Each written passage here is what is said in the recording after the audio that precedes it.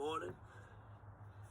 Tune in to another episode of Big Lance Off the Yard. It's Thanksgiving. Happy Thanksgiving to everybody, all the people that's tuned in, all the people that subscribe. We almost at our first 1,000 subscribers. That shit warms my heart, man.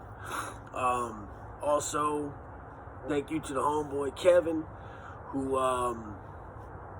donated HD camera. Got that in priority mail yesterday. Super excited, getting ready to set all that up. It's a little chilly out here this morning. But anyway, if you're new to the channel, hit that sub button, man. We got a good message. We stay real positive on this page. It's we talk about the prison stuff and all that, but it's a lot deeper than that. We try to delve deep into the emotional aspect of it, man. And I'm real happy about how the success is going. What I'm gonna touch on today is the why is prison gang recruitment so successful? Why is it so easy for these organizations to pick people up, they pick them up like it's nothing? Well, in my opinion, and I know firsthand because I did it, you know. In the penitentiary, in jails, you have seasoned convicts, man. You got guys that's 30, 40, even 50 years old who are masters of manipulation. They have learned the human psyche. They, will find some young, angry, disenchanted youth and fill his brain full of bullshit. And I'm going to tell you the biggest thing for me was I was real good at listening. So I would listen, I would let them talk, and I would pick little things that they would say. I would find the things that either bothered them or the things that they were searching for, and I would play on that. So the first tool of any type of manipulation is to listen. You got to find the keys. Once you find the keys to unlocking whatever it is they're searching for, and you can provide that, you got it. And those people will do anything that you ask them to do. And it's fucked up. But this is the reason why it's so easy for these guys to create these organizations inside. There's a problem with that, though, is because in Virginia, because of the way Virginia is in the prison system, it's not a bloody turf war in prison in this state. It's not. And a lot of the big organizations, like the West Coast organizations and a lot of the New York and all those places, they don't want people recruiting for them down here in Virginia because it's fucking soft. It's considered soft as a bitch. So they're doing what's called false flagging. False flagging is false claiming. You got guys who are saying they're this, they're saying I'm this, or I'm a part of this, and they're really not. So, and these kids are hanging on to every word that these old heads are saying, or that these dudes that have been down for a long time are saying, and all they're really doing is playing a game, man. They're playing the game with them. So, you can't be so gullible. You cannot believe everything that you see. You can't believe everything you hear. What's the old saying? Believe none of what you hear and half of what you see. Because in reality, man, what these guys are doing is they're just smoke and mirrors, you know what I mean? And they've spent a lot of time in their cells reading, so they can articulate themselves real well. They can use big words to confuse you, or they can put, put things into perspective with little quotes. And a lot of these YouTubers do it. I watch a lot of these YouTubers do it. They go on quote.com or something, and next thing you know, you're hanging on every word because they're saying some real shit. But, it's just like it says in the Bible, don't feed in and don't believe false prophets. You know what I mean? So, always, always, always go with your gut, man. If something seems off, it usually is. As a young man, I fell victim to this. There were, I was a bigger guy. I was athletic. I was intelligent. I wasn't scared to fight. And because of that, a lot of the guys wanted me in their organizations, because if they had a solid dude like that, then it's better for them. And I got swayed in the wrong direction multiple times. Like I would be putting in work for these dudes, for these organizations, thinking that I was fighting for a cause, or I was building a foundation. I wasn't building shit. I was just a send-off, man. And what a send-off is somebody that's going to put in all the work so the guys up top can point and make money, and basically you're doing all the work for somebody else to look good. And it kind of plays like that out here in the world, man. There's a lot of people who get talked into things because they believe. Everybody wants something to believe in. But I think when you really sit back and you stop searching for things to believe in outside of yourself, you'll start believing in yourself. It's easy to take somebody and play on their insecurities, to play on their needs, to play on the voids in their life, the things that are not completing them. And it's a game of manipulation. It's chess, not checkers, man. But if you start to build that foundation and build that belief system within yourself, and you strengthen yourself, put that work into helping to build on you, man. Fuck building somebody else's idea. Have your own ideas. You know what I mean? Have your own aspirations. Have your own code. All these things are these things that these people make. They give you, your paperwork, and you have to learn all this stuff, and they give you these rules and guidelines. But why can't you just do that for you? You don't need to be surrounded by a whole bunch of motherfuckers. You got to learn how to walk on your own 2 feet before you start walking with a group. And here is where this whole situation can backfire. And this has happened to me as well, where I would be on an institution, I'd start recruiting, and I wasn't really doing my homework on all these guys. I didn't know them very well. And as time would go on, their true character would come out, and they would start doing fucked up shit.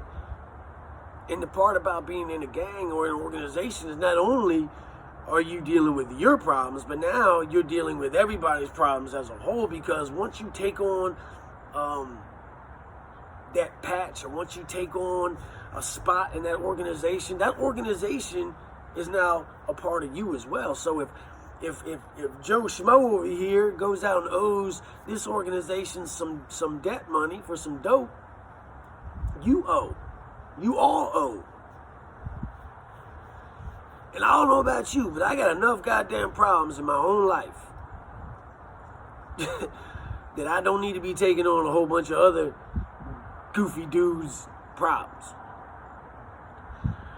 And it's sad because I've seen dudes that were getting ready to go home in 6 months. I was at Greensville in 2017. I think it was either 2017 or 2018. It's right before I went to Augusta. I think it was 2017. And a certain organization, there was a guy there that had done some fucked up shit. They were going to jump him out. Blood in, blood out. So you get jumped in, and if you get out, you get jumped out. Whatever, right? Well, these guys, they send a bunch of send-offs in there, a bunch of little young white dudes, and they get to beating on this dude with rocks they brought in on the rec yard and whatever else they had, end up killing him. Me and my homeboys, well, I wasn't in the pod. My homeboys were in the pod when it happened. I was in the pod next door to it. The way Greensville's set up, it's like 4 pods in a building. So you come in, and there's like a control booth right here, and then there's a pod to your left and a pod to your right. I was in the side over here. Well, what they did was they started beating him in the cell, and then they tried to drag him out into this hallway that's in the pods. There's a hallway that goes out to the rec yard, right? So it's down these stairs, and you go out to the rec yard. They tried to drag him in there, and I guess they thought twice about it. They pull him back in, and you got these bitches in the day room where you sit, like, watch TV or whatever. So they put this dude, already dead, on that bench and sit him in front of a TV like he's watching TV, and he's got this big fucking hemoglobin on his head. I mean, the CO comes walking by to do his round, and he comes walking, and he fucking walks right by dude, stops and turns around. I was like, oh my God, da-da-da-da-da. So,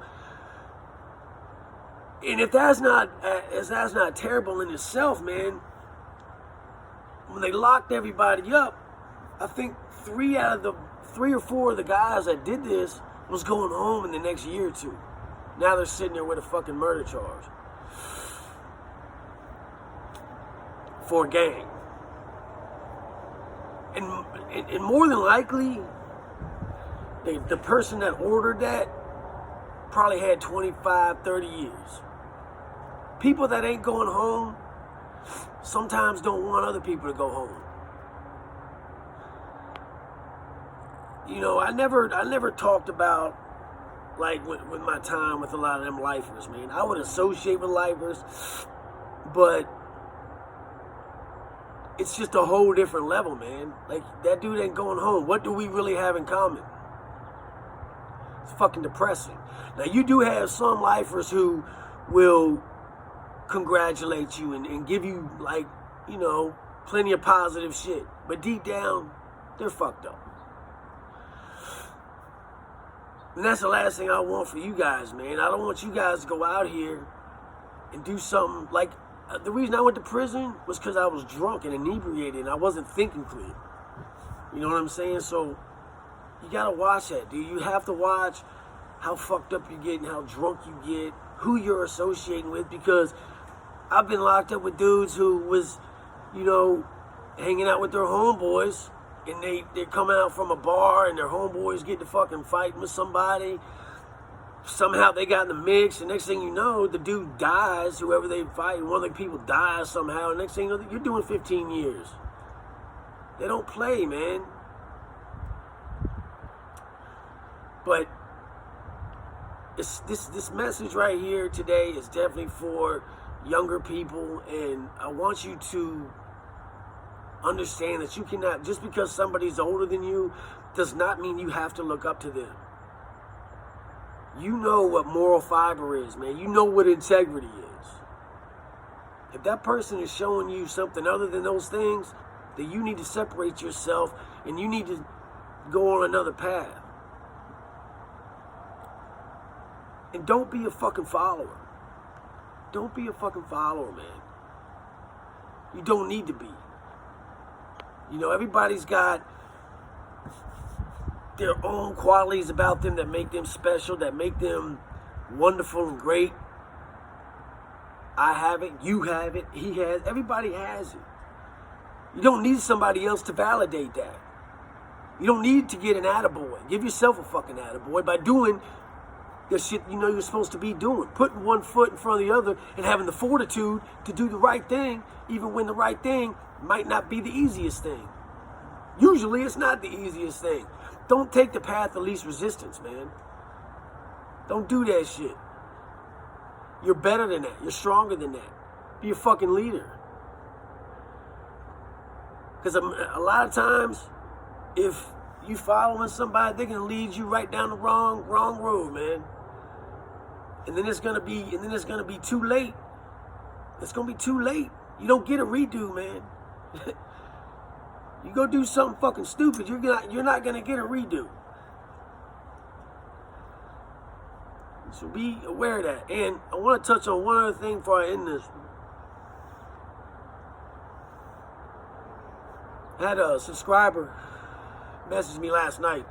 And by the way, I really do try to answer every comment, man. I feel like, you know, if somebody is taking the time out of their life to not only subscribe to the channel, to take a few minutes and watch the videos, but to leave a comment, the least I can do is make that effort. You know, we got almost 1,000 subscribers now. I might miss them here and there, but I get up in the morning at 4 in the morning, and my wife will tell you I sit there for an hour and start answering comments because I owe you guys that. But a subscriber touched on that they were struggling with addiction and that they're just not in a good place in life. And it really touched home because, you know, I've been there. I know how dark that place can be. And if you're in that place right now, if you're in that dark place where everything just seems really hopeless, I wanted to tell you, man, that shit ain't gonna last forever, man. You got this. You got this shit, man. I want you to dig deep within yourself, and I want you to find that warrior. I want you to find that motherfucker that's resilient. I want you to find that person who just wants to change, and I want you to pull that person out. I want you to pick your fucking head up. And I want you, for the first time in a long time, I'm sure, to love yourself, man. I want you to love yourself today.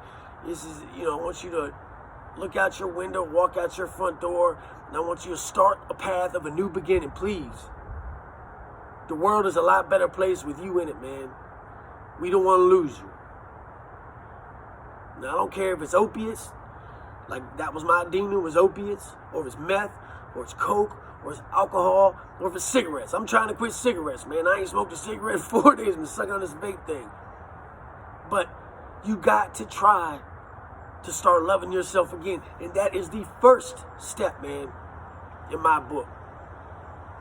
Because everybody, when I was on dope, I tried to kick 100 times, but it wasn't until I decided I was going to love me again that I really stopped. So love yourself today, man, and I'm always here with an ear. I might not get back to you the minute you send it, but I swear I'll try my hardest and damn get back to you. Don't let these manipulators and don't let these people who prey on people's insecurities to get inside your head, man, and get you believing that bullshit. Fuck that, man. You got your whole life ahead of you. You got your whole life ahead of you, dude. Life is beautiful. You don't want to spend it in a cage, man. You don't. Take it from somebody who spent a lot of years in a cage. I don't take not a second. I don't take not an hour, not a minute for granted out here. I love life. I wake up in the morning. I think a lot of times I don't sleep a lot because I'm just so scared I'm going to miss a minute of this beautiful life that I've been given another chance to live. And now I got this going on, so it's like I even get to get this message out here, and I feel very fortunate to have this platform and to tell these stories and to try to reach just one person. Then I feel good, man. That's that karmic debt, you know, that people talk about. Fix your karma, fix the path of your life, you know, and fix yourself. You got this. Remember, you got to have the purpose, you got to have the drive, and you got to have the discipline, man. Discipline yourself. Just like anything else you do in life, whether you discipline yourself to work out or discipline yourself to do this, you got to discipline yourself to love yourself. Because the older you get, the more mistakes you're going to make, man. Nobody's fucking perfect. Nobody's perfect.